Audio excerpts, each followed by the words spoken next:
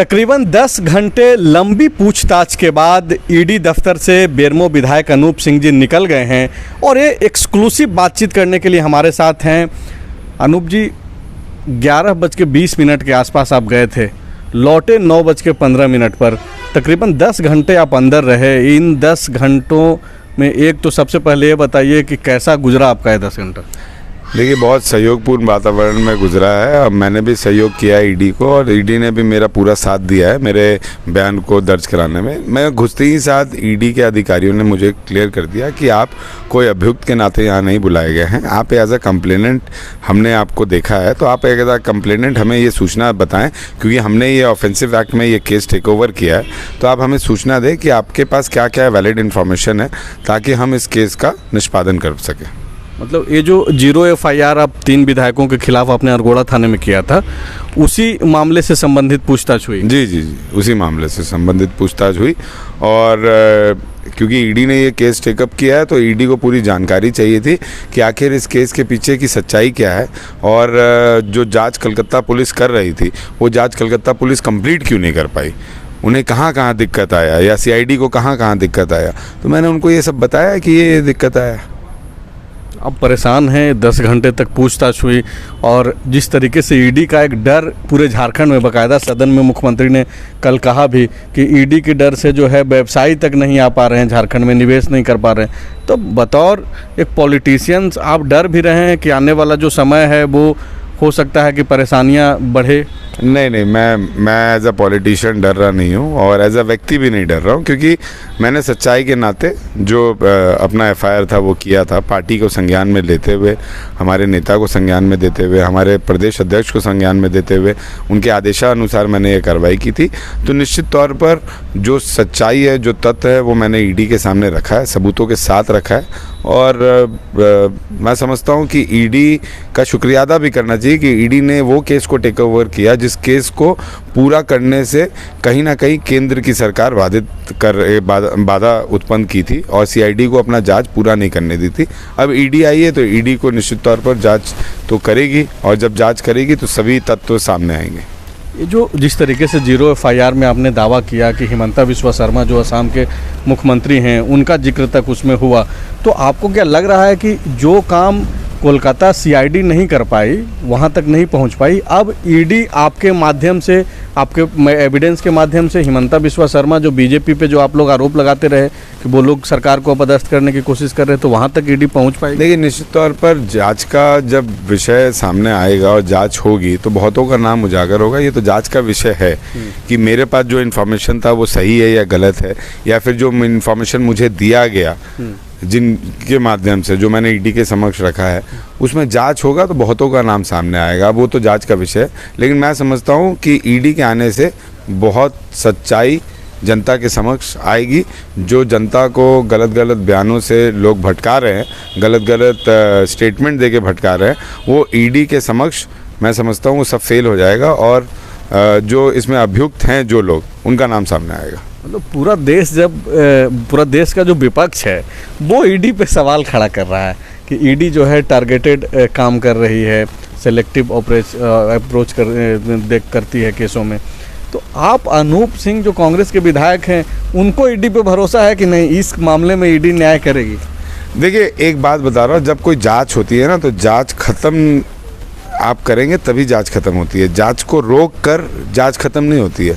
तो आज ये केस नहीं खत्म होगा, कल ये केस तो खत्म होगा। भले बीजेपी शासित राज्य से जब मुक्ति मिलेगी हम लोग को, तब शायद जो अगली सरकार आएगी वो इस केस को निष्पादन कराएगी, क्योंकि रिकॉर्डिंग जो हुआ है वो तो 50A के तहत हुआ है, जैसे 164 होता है वही है।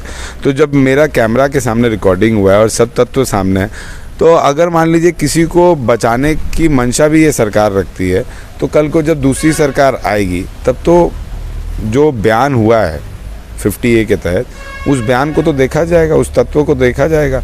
आप इसे रोक सकते हैं, लेकिन गलत को सही और सही को गलत साबित नहीं कर सकते। अच्छा, जिन 3 विधायकों का जिक्र हुआ, FIR हुआ, जेल में वो लोग गए, वो लोग काफ़ी खुश थे जब ईडी इस केस को टेक ओवर की। वो लोग बोल रहे थे कि अब जो है दूध का दूध पानी का पानी हो जाएगा, क्योंकि बगैर एविडेंस के आपने केस दर्ज करा दिया और उन लोगों को फंसा दिया।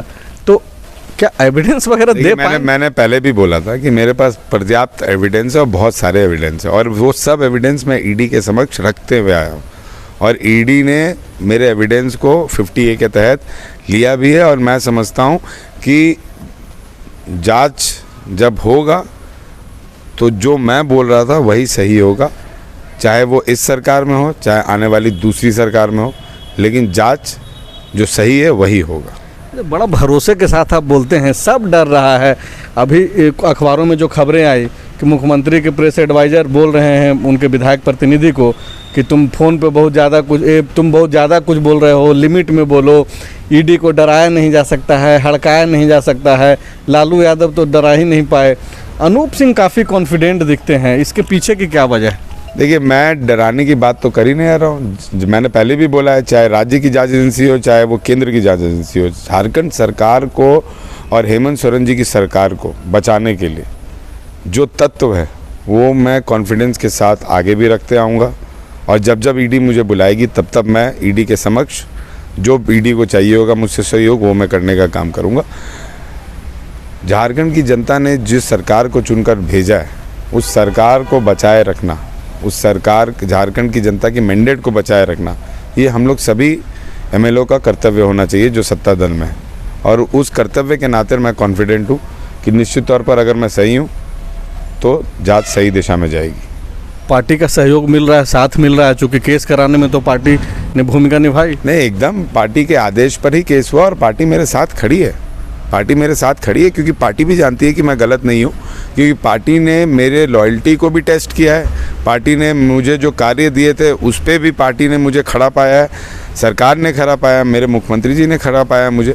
तो निश्चित तौर पर, और खड़ा होना कोई कॉन्स्पिरेंसी के अलावा मैं इसमें सफल हुआ। मैंने कोई कॉन्स्पिरेंसी नहीं की है किसी के लिए, लेकिन जो साजिश रची जा रही थी उसको उद्भेदन करने का काम किया है। तो मैं समझता हूँ कि ईडी अपना काम करेगी।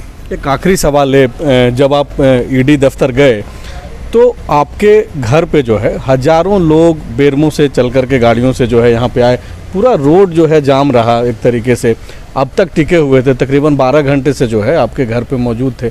उनके लिए कुछ संदेश, चूँकि आपके जो कार्यकर्ता हैं वो काफ़ी परेशान। निश्चित तौर पर जब मैं यहाँ पे आया, जब मैं जा रहा था तो मुश्किल से मेरे को लगता है 150-200 आदमी थे, लेकिन जब मैं आया तो काफ़ी लोग थे। और फिर बाद में वीडियो फुटेज के माध्यम से पता चला कि दोपहर में इनकी संख्या इससे भी ज़्यादा थी, 10 गुना 20 गुना ज़्यादा थी।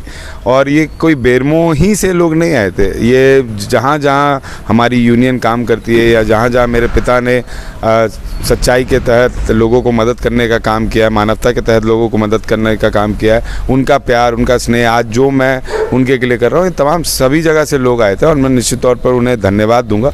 और एक बात तो कहूँगा कैमरा पे, चाहे मैं इलेक्टेड सिस्टम में रहूँ या ना रहूँ, एमएलए रहूँ या ना रहूँ, इनका जो प्रेम है वो मेरा परिवार कभी नहीं भूलेगा। शुक्रिया बातचीत करने के लिए। तो आप अनूप सिंह जी को सुन रहे हैं। ईडी इनसे ठीक थोड़ी देर पहले तक तकरीबन 10 घंटे पूछताछ की।